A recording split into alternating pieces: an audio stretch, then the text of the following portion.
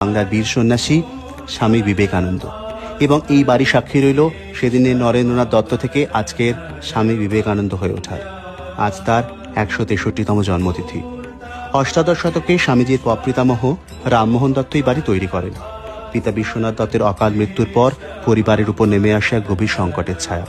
এই বাড়ি নিয়ে চলে দীর্ঘদিনের পারিবারিক মামলা, যার চূড়ান্ত রায় আসে যদিও স্বামীজির স্থূল শরীর চলে যাওয়ার আগে। আইনগতভাবে এই বাড়িটির অধিকার আসে মা ভুবনেশ্বরী দেবী ও তার ভাইদের হাতে। স্বামীজির অন্যতম সন্ন্যাসী গুরু ভাই স্বামী প্রেমানন্দ এই বাড়িকে ঘিরে এক সুদূর প্রসারী ভাবনার কথা বলেছিলেন।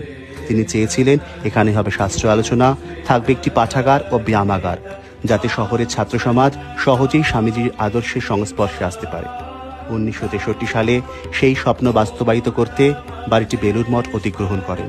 তারপর দীর্ঘ আইনি ও প্রযুক্তিগত প্রক্রিয়ার পর প্রত্নতত্ত্ব সর্বেক্ষণের সহায়তায় মূল স্থাপত্য অক্ষুণ্ণ রেখে বাড়িটি সংস্কার করা হয়।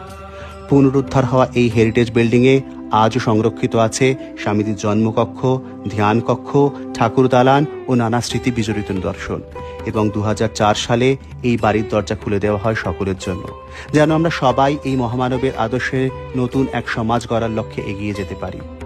এই বাড়ি নীরবে বহন করে চলেছে এক যুগান্তকারী মনীষীর জীবনের ইতিহাস। এই তো বাংলার ইতিহাস, সিমলাপল্লীর স্বামীজির বাড়ির ইতিহাস।